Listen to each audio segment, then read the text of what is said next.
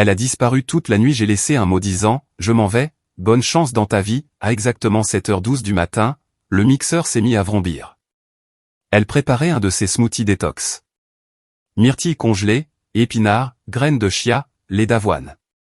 Les mêmes ingrédients qui, elle le jurait, avaient un goût infâme quand c'était moi qui les préparais. Aujourd'hui, elle fredonnait en versant le sien dans un verre. Elle n'avait pas encore vu le mot. Il était posé à côté du mixeur, plié en deux, avec son nom écrit en lettres capitales sur le devant. De la même manière qu'on étiquetterait une enveloppe Kraft ou un document juridique dont on voudrait que le monde entier soit témoin. Elle faisait défiler son téléphone, sirotant sa boisson, un petit sourire en coin à la vue de quelque chose. Probablement un TikTok sur les relations de couple. L'ironie a encore de beaux jours devant elle, j'imagine. Elle n'avait pas l'air fatiguée, ce qui est étrange étant donné qu'elle n'est pas rentrée de la nuit. Pas avant le lever du soleil ou presque. Et quand elle l'a fait, elle s'est glissée sur la pointe des pieds comme un cambrioleur de dessin animé, essayant de ne pas me réveiller. Sauf que je ne dormais pas. J'étais dans le garage, observant à travers les lamelles du store vénitien tandis qu'elle sortait d'une Mercedes grise qui n'appartenait à personne dans notre impasse. Elle ne portait plus ses talons, juste des chaussettes. L'une d'elles avait un trou au niveau du gros orteil. Je me souviens de ce détail. Je ne sais pas pourquoi. Elle n'est pas venue me chercher. N'a pas vérifié la chambre. N'a même pas jeté un œil pour voir si je ronflais sur le canapé comme d'habitude. Elle est allée directement sous la douche. Son ombre bougeait derrière la vitre dépolie comme une étrangère dans notre maison. 22 minutes plus tard, elle est allée dans la cuisine. C'est là que le mixeur a hurlé et c'est là que je suis sorti par la porte d'entrée. Je ne l'ai pas claqué. Je n'ai pas crié. J'ai juste laissé le mot. Il disait, j'ai passé la nuit à me demander si tu étais morte dans un fossé ou vivante dans le lit d'un autre. Maintenant, je sais quelle réponse fait le plus mal. Je m'en vais. Bonne chance avec ta. Je n'ai pas terminé la phrase. Elle peut la finir pour moi, car ce que j'ai trouvé sur son ordinateur portable plus tôt, avant qu'elle ne rentre, avant le mixeur, avant que tout ne change, a tout changé. Mais nous y viendrons. Croyez-moi, cette histoire ne fait que commencer. Je ne suis pas allé loin. Je me suis juste garé quelques rues plus bas, sur le parking vide d'une épicerie, positionné de manière à pouvoir encore voir le faîte de notre toit derrière les arbres dénudés. Je suis resté assis là, moteur éteint, chauffage au minimum, pensant au calme avec lequel tout s'était terminé. Pas de cris, pas de porte qui claque, pas de monologue dramatique, juste un mot plié à côté d'un mixeur et une femme qui n'avait même pas remarqué qu'on l'avait déjà quitté. Elle l'aurait remarqué, à un moment ou à un autre. Peut-être après avoir fini son smoothie, peut-être après avoir nourri le chat, ou peut-être pas avant de retourner dans la chambre et de réaliser que mon tiroir était vide, que le placard était déséquilibré. Je n'ai pris que mon côté, mes cintres, mon odeur. Je lui ai laissé la photo de mariage. À elle de se débrouiller pour savoir où la mettre. Mais rembobinons, car cette histoire ne commence pas avec le mixeur. Elle commence avec son ordinateur portable. Plus précisément, les 11 onglets de navigateur qu'elle avait oublié de fermer. Elle agissait bizarrement depuis des semaines. Plus secrète, oui, mais aussi plus négligente. Et pour être honnête, je n'ai jamais eu l'intention de fouiner. Je cherchais un document fiscal. C'est tout. Le dossier était censé être sur notre disque partagé, et son ordinateur était déverrouillé, laissé ouvert sur la table de la salle à manger comme si elle n'avait rien à cacher. Mais elle avait des choses à cacher. Le premier onglet était un anodin tableau Pinterest pour des rénovations de salle de bain. Nous parlions de refaire le carrelage. Le deuxième était une recette de cookies au matcha. Troisième, quatrième, d'autres trucs pour la maison, mais ensuite, les choses ont pris une autre tournure. Onglet 5, une application de chat anonyme. Onglet 6, un Google Doc intitulé « Chronologie du week-end calendrier en spirale ». Onglet 7, un fil de discussion Reddit intitulé « D'autres se sentent-ils piégés par un mari ennuyeux ». J'aurais dû m'arrêter. J'aurais dû fermer l'ordinateur, mais je ne l'ai pas fait. J'ai lu chaque mot. Ce Google Doc ne concernait pas une rénovation. C'était un document de planification.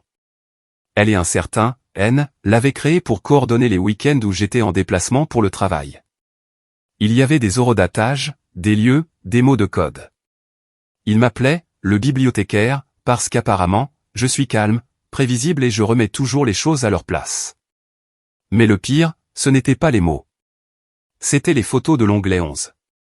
Elles n'étaient pas graphiques, pas explicites, mais elle n'en avait pas besoin. Elle, dans le sweat à capuche d'un autre, ses pieds emmêlés avec une autre paire dans un hamac. Elle, tenant un verre de vin dans ce qui n'était certainement pas notre cuisine. Chacune d'entre elles était datée de week-end où elle avait juré être chez sa sœur. Et le clou du spectacle, une photo avait été prise dans notre propre jardin. Pendant que j'étais parti pour mon séminaire d'entreprise. Les mêmes chaises de patio que j'avais teintées de mes propres mains au printemps dernier. Le même brasero que je lui avais acheté pour notre anniversaire. Elle l'avait fait venir là, dans notre maison. Vous savez ce que ça fait quand votre estomac se retourne? Comme si votre corps reconnaissait la trahison avant votre cerveau. C'est ce qui m'a frappé. Une douleur dans tout le corps. Comme si mon sang s'était alourdi.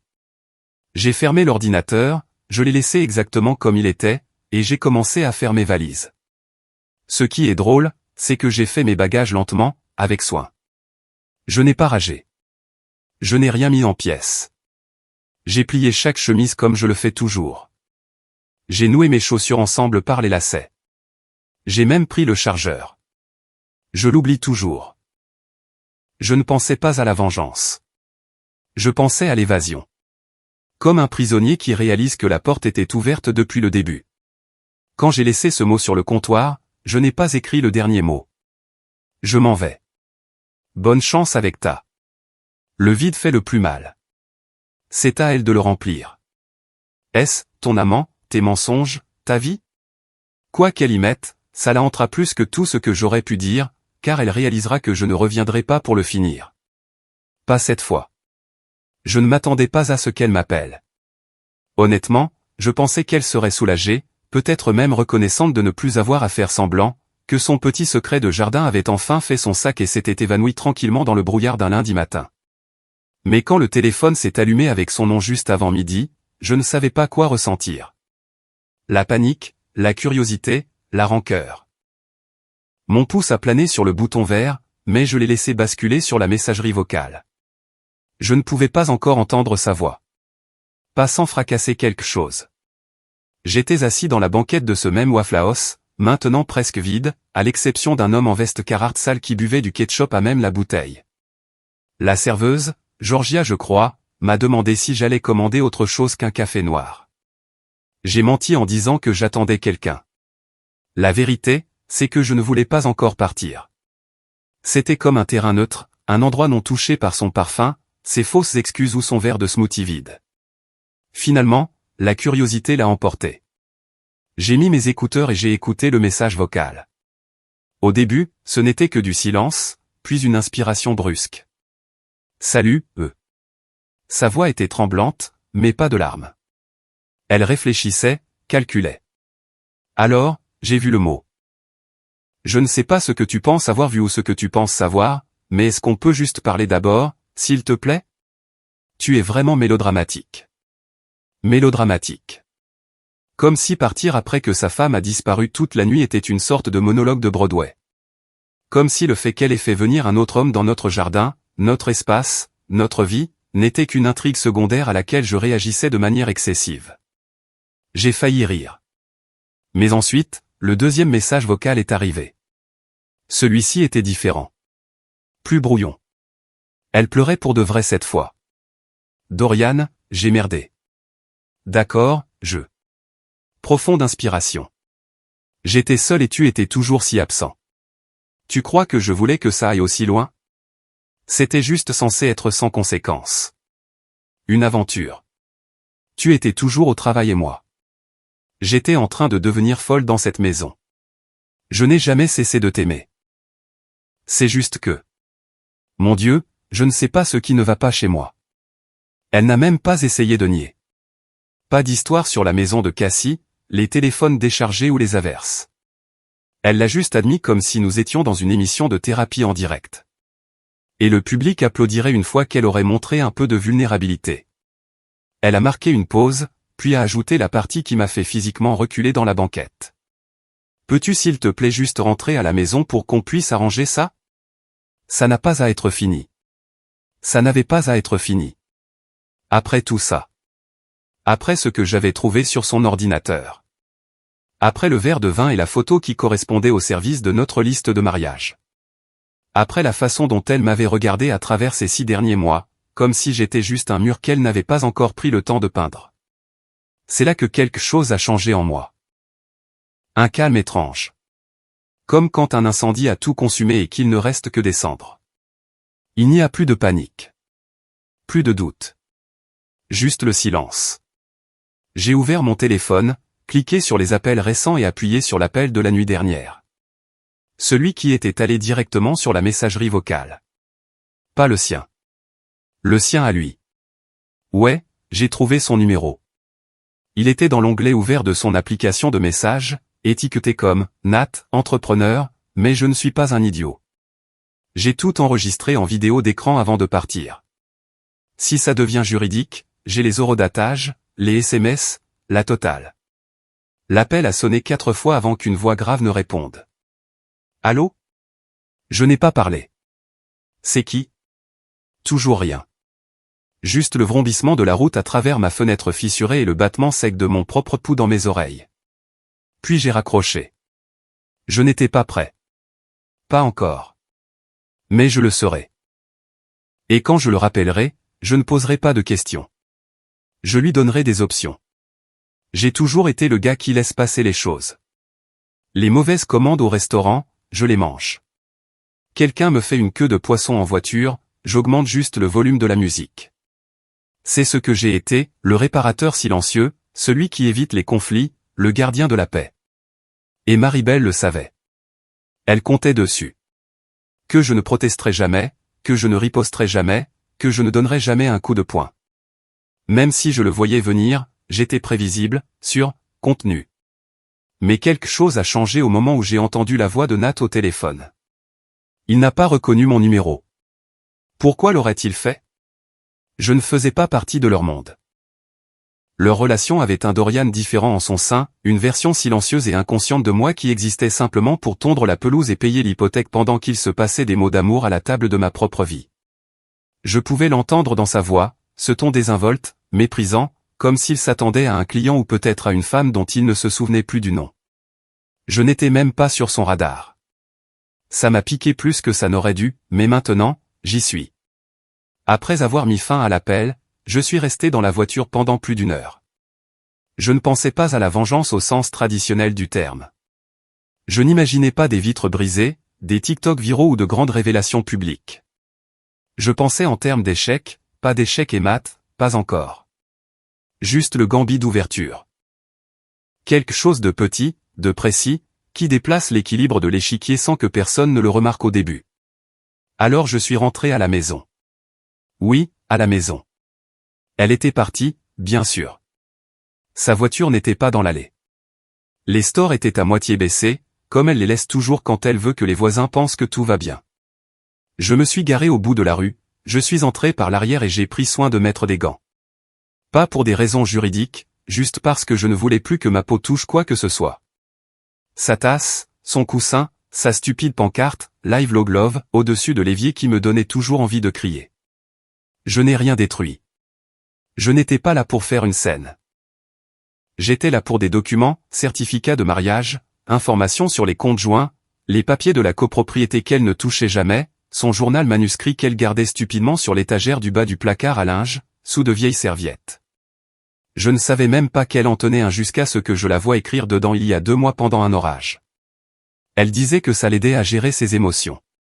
Eh bien, la découverte de preuves aussi, apparemment. Je ne cherchais pas de la poésie, mais c'est incroyable ce qu'une personne avouera quand elle pense que personne ne lit. Elle écrivait beaucoup sur moi, sur la façon dont j'étais devenu invisible à ses yeux, sur la façon dont elle fantasmait d'être touchée par quelqu'un qui prendrait le contrôle. Elle a même appelé Nat, un orage après une longue sécheresse. Un peu mélodramatique, non? Elle a aussi mentionné, plus d'une fois, et s'il découvrait la vérité? La paranoïa était réelle, et maintenant, elle est justifiée. J'ai pris des photos de chaque page. Pas pour les divulguer, pas pour les publier, juste pour les garder, comme une assurance. Parce que je connais Maribel. Quand la poussière retombera, elle essaiera de déformer les faits. De dire à sa famille que j'étais froid, que je suis parti sans raison. Que je l'ai abandonné émotionnellement. Elle dira tout ce qu'il faut pour maintenir les apparences. Mais cette fois, j'aurai la vérité. Et puis j'ai fait quelque chose de petit, quelque chose de mesquin. J'ai ouvert le congélateur et j'ai sorti ses sachets de smoothie. Ce qu'elle prépare à l'avance pour la semaine. Étiqueté et daté avec de jolis petits autocollants de smiley. J'ai décollé chaque étiquette et je les ai remplacées par des post-it. Chacun portait un mot. Bonne chance avec le bordel de ta vie. Puis j'ai refermé le congélateur, j'ai verrouillé la porte derrière moi et je suis parti pour de bon. Mais je ne suis pas allé à l'hôtel. Je suis allé chez Nat. Oui, je sais où il habite maintenant. Je n'ai pas frappé. Je ne me suis même pas garé dans son allée. Je me suis garé 2 rues plus bas et j'ai fait le reste du chemin à pied, capuche relevée, casquette basse, comme un espion amateur qui ne voulait pas être vu par un homme qu'il n'avait jamais rencontré, mais dont il savait pourtant tout.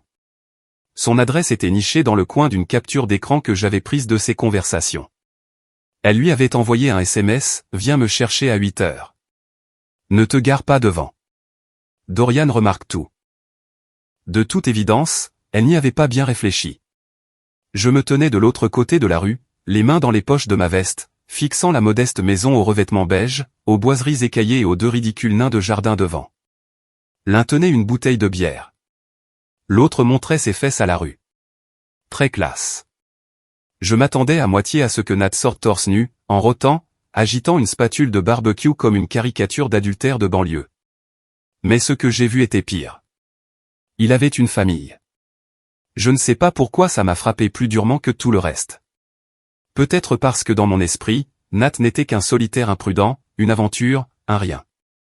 Mais non, il avait une femme. Une vraie.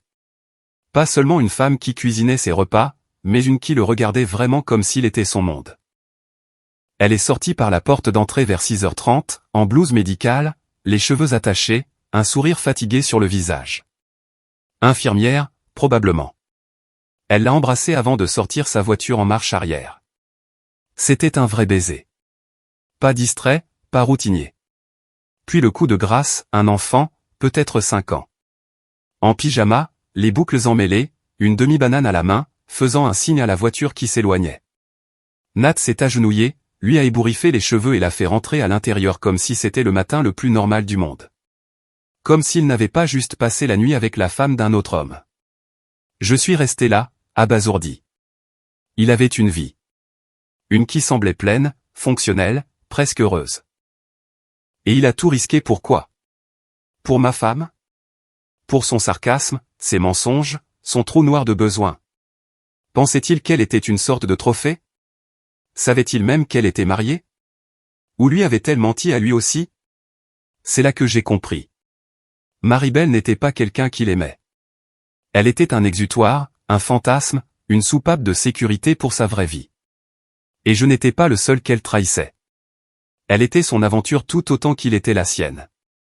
Je n'observais pas le méchant de mon histoire. J'observais une autre version de moi-même.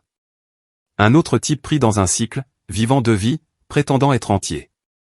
J'aurais dû me sentir vengé. Peut-être même satisfait. Mais ce que j'ai ressenti, c'était autre chose. Un sentiment tordu de pitié. Pas pour Nat, pas pour elle. Pour sa femme. Pour cet enfant. Pour les dommages collatéraux innocents qu'aucun d'eux n'avait daigné considérer. J'ai réalisé autre chose aussi. Quelque chose qui m'a empêché de traverser la rue en trombe et de tout exposer là, sur son porche.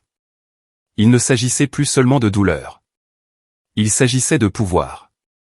Et maintenant, je l'avais. J'avais des captures d'écran. J'avais des pages de journal. J'avais des horodatages, des enregistrements vocaux et des photos. Mais maintenant, j'avais le contexte. Je savais où il habitait. Je savais ce qu'il risquait de perdre. Et cela me rendait plus dangereux qu'il ne pourrait jamais l'imaginer. Alors j'ai tourné les talons et je suis parti. Non pas parce que j'abandonnais. Loin de là. Je jouais la carte du long terme maintenant. Plus de larmes, plus de blessures ouvertes, juste une précision chirurgicale, des mouvements discrets, des détonations retardées. Parce que quand je laisserai enfin tout cela se dénouer, je n'aurai pas à lever le petit doigt. Ils se le feront à eux-mêmes. Je n'ai pas dormi la nuit après avoir vu l'enfant de Nat. Je ne pouvais pas. Non pas parce que j'étais triste ou même en colère, mais parce que mon cerveau n'arrêtait pas de calculer. C'était comme si mon système nerveux avait été piraté par un chef de projet en mission. Chaque post-it mental qui était resté tranquillement dans ma tête pendant des années, chaque « ne pas faire de vagues » et « laisser tomber » avait été arraché et remplacé par des actions à entreprendre. Je ne réagissais plus seulement. J'élaborais une stratégie. Et la première étape était simple, ne rien dire à Maribel. Elle a continué à m'envoyer des SMS. Bien sûr. Ces messages sont devenus plus longs, plus frénétiques. Des paragraphes remplis de questions dont elle ne voulait pas les réponses. Je n'ai pas répondu. Je ne l'ai pas bloqué non plus. Laisse-la s'enfoncer. Laisse-la s'asseoir dans le silence qu'elle me jetait autrefois comme une punition. J'ai laissé chaque message arriver pour qu'elle regarde ces petites coches grises de « distribuer » et se demande s'ils n'étaient pas aussi les derniers clous dans le cercueil de son contrôle. L'étape 2 était plus risquée, mais il était temps. J'ai contacté la femme de Nat. Il m'a fallu presque 1 heure pour écrire le message. Non pas parce que je ne savais pas quoi dire, mais parce que je ne savais pas comment le dire d'une manière qui ne me ferait pas passer pour un psychopathe ou un menteur. Je voulais qu'elle me croie, pas qu'elle se ferme ou qu'elle entre dans un déni défensif. Elle ne me connaissait pas.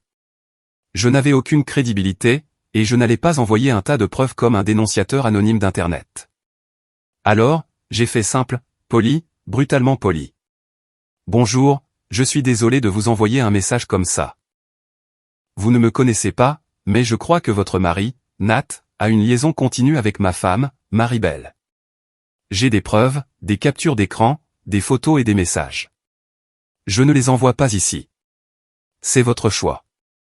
Si vous souhaitez parler en privé, je vous rencontrerai où vous le souhaitez. Je ne cherche pas le drame, juste la vérité. Encore une fois, je suis désolé. Ce message a été difficile à écrire. Dorian. J'ai débattu de l'envoyer ou non. J'ai hésité pendant des heures, mais à la fin, j'ai appuyé sur « Envoyer », non par rancune, mais parce qu'elle méritait de savoir, parce que j'aurais voulu que quelqu'un fasse la même chose pour moi. Elle n'a pas répondu ce jour-là, ni le lendemain.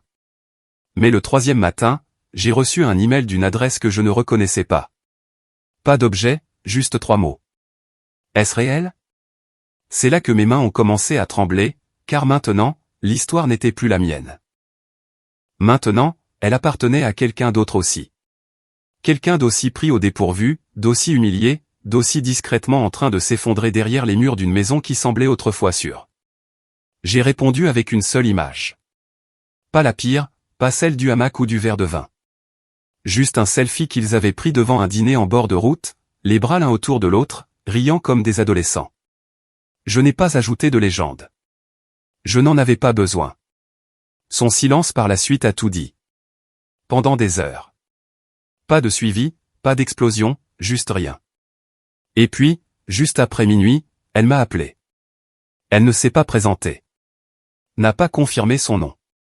Elle a juste parlé comme si nous nous connaissions depuis des années. Il m'a dit qu'il était en Arizona ce week-end-là. L'enterrement de vie de garçon de son cousin. J'ai attendu. Je savais que quelque chose n'allait pas. On le sait toujours, n'est-ce pas? Au fond de soi. On ne veut juste pas tirer sur le fil. Sa voix s'est un peu brisée, mais elle s'est vite reprise. Il n'a aucune idée. Je sais. Qu'est-ce que tu veux que je fasse? C'est là que j'ai réalisé que j'avais plus de pouvoir que je ne l'avais jamais imaginé. Pas le pouvoir de lui faire du mal. Pas directement. Mais le pouvoir de faire basculer un seul domino et de laisser le poids de ses mensonges faire le reste. Elle ne pleurait plus. Sa voix était claire, résolue. Rien pour l'instant, lui ai-je dit. Mais quand le moment viendra, je veux qu'il l'apprenne de la même manière que nous. Elle a hésité, puis a dit, à feu doux. Exactement.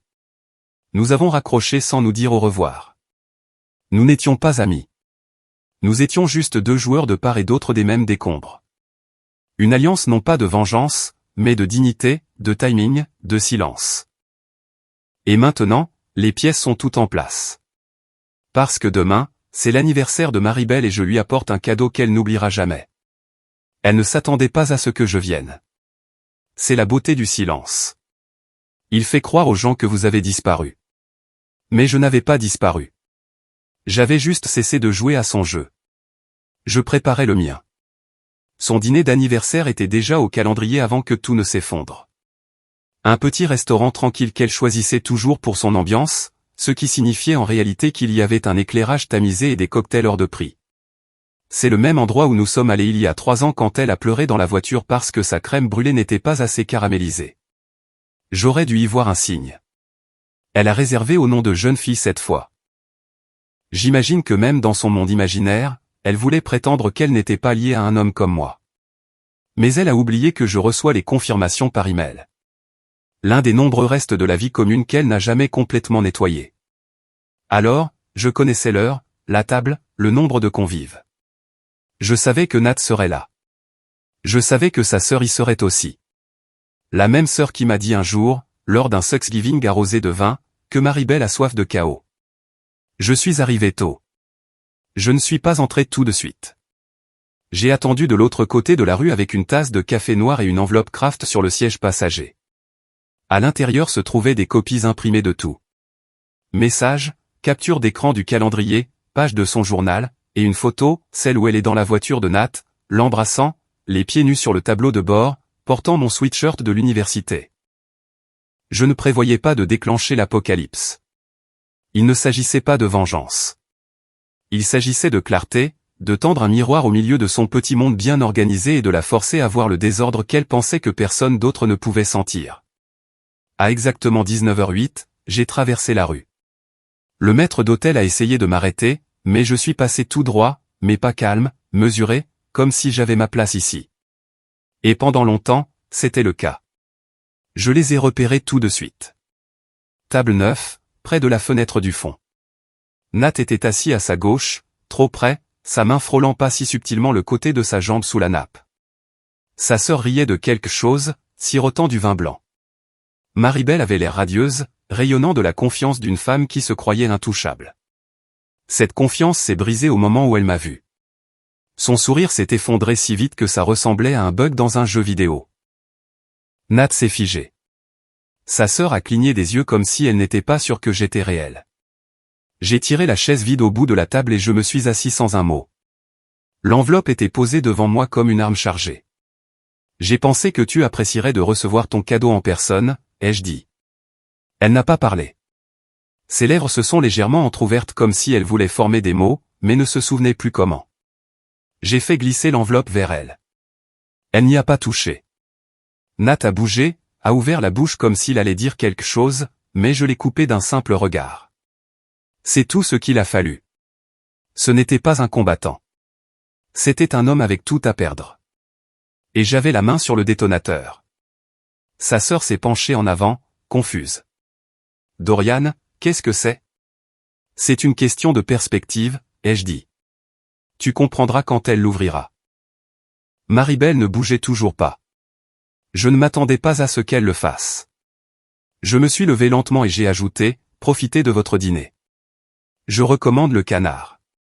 Il se marie bien avec la trahison. Je suis sorti avant que le feu d'artifice ne commence. Je n'avais pas besoin de voir l'explosion. J'avais déjà allumé la mèche. Et juste avant d'atteindre la porte, j'ai entendu le bruit du papier qu'on déchire. Laisse-la essayer d'expliquer ça. Laisse Nat essayer de l'expliquer à sa femme quand elle recevra le même paquet par la poste demain. Je ne l'ai pas abattu avec de la rage. Je l'ai fait avec la vérité. Froide, nette et irréversible. La femme qui disait que j'étais mélodramatique devait maintenant expliquer pourquoi je lui avais laissé un dossier sur sa propre vie, livré pendant son toast d'anniversaire, devant son amant et sa propre sœur. Et le meilleur dans tout ça, c'est que je n'avais pas encore fini. Parce qu'elle n'avait aucune idée à qui d'autre j'avais envoyé des copies. Cela fait 12 jours depuis son dîner d'anniversaire et je n'ai pas entendu sa voix une seule fois. Pas de messages vocaux en colère, pas de SMS larmoyants, pas de menaces, pas d'excuses, juste le silence. Et pour la première fois depuis des années, il n'est pas lourd. Il n'oppresse pas ma poitrine comme la culpabilité, la confusion ou l'obligation. Il est propre. Acéré sur les bords, certes, mais propre. J'ai eu des nouvelles de sa sœur, cependant, une seule fois. Elle m'a envoyé un message le lendemain matin. 3 mots. Tu as bien fait. C'est tout. Pas de contexte, pas de suivi, juste une confirmation silencieuse que quelqu'un à cette table a vu ce qui devait être vu. Peut-être que Maribel a essayé d'expliquer. Peut-être qu'elle s'est effondrée. Peut-être qu'elle a inventé une autre histoire. Je m'en fiche. Cette partie du spectacle est terminée. Quant à Nat, sa femme n'a plus jamais répondu après que je lui ai posté l'enveloppe complète. Mais je n'ai pas besoin de savoir ce qui s'est passé derrière leur porte. Il a disparu des comptes de Maribel. Pas de like, pas de tag, pas de scène dans ses stories Instagram. Juste parti. Je pense qu'il a cédé. Je pense que l'heure de payer l'addition pour l'aventure est finalement arrivée. Et il n'a pas eu l'estomac de payer. Tant mieux. Mais ce n'est pas de ça que je veux parler. Ce dont je veux parler, c'est de la petite maison de location où je suis maintenant. Une chambre, des planchers qui craquent, pas de lave-vaisselle, mais elle est à moi. J'ai signé le bail la semaine dernière. J'ai emménagé le jour même. Pas encore de meubles, juste un matelas par terre et une table pliante dans la cuisine. On dirait une installation d'étudiants fauchés, mais aussi, étrangement, une table rase. Il y a une petite boulangerie à 2 rues d'ici. Ils ne posent pas de questions. Ils se souviennent juste de mon nom et de la façon dont j'aime mon café. Je m'assois dehors la plupart des matins avec un journal et j'écris. Pas des lettres à Maribel. Pas des entrées pleines de douleur. Juste des pensées, des projets, des observations aléatoires sur les oiseaux, les gens ou les choses que j'avais oublié d'apprécier. J'ai recommencé à courir. Mes genoux me détestent, mais ma tête est plus claire qu'elle ne l'a été depuis des années. J'ai appelé mon frère pour la première fois depuis des mois. Je lui ai tout raconté. Il n'a pas dit, je te l'avais bien dit. Il a juste dit, tu es toujours là. C'est ce qui compte. Puis il a ri et a demandé si j'avais enfin brûlé ses étiquettes de smoothie. Je lui ai dit que j'avais fait une mise à niveau. Maintenant, je mixe ma propre vie. Il n'y a pas d'histoire d'amour dramatique qui attend dans les coulisses. Pas de romance de rebond, pas de baiser de fin de film. Juste moi, debout dans les décombres de ce que je pensais être ma vie. Réalisant que rien de tout cela ne m'a jamais appartenu. J'empruntais la version du bonheur de quelqu'un d'autre. Je construisais sur une fondation qui n'a jamais été stable. Je n'arrêtais pas de repeindre les fissures en appelant ça de la restauration. Maintenant, je repars de zéro. Et ce n'est pas grave. Parce qu'hier, pour la première fois depuis des mois, j'ai dormi toute la nuit. Pas de mixeur, pas d'horloge qui tourne à l'envers, pas de question de savoir où elle est. Juste le calme, la paix, et la joie lente et étrange de recommencer.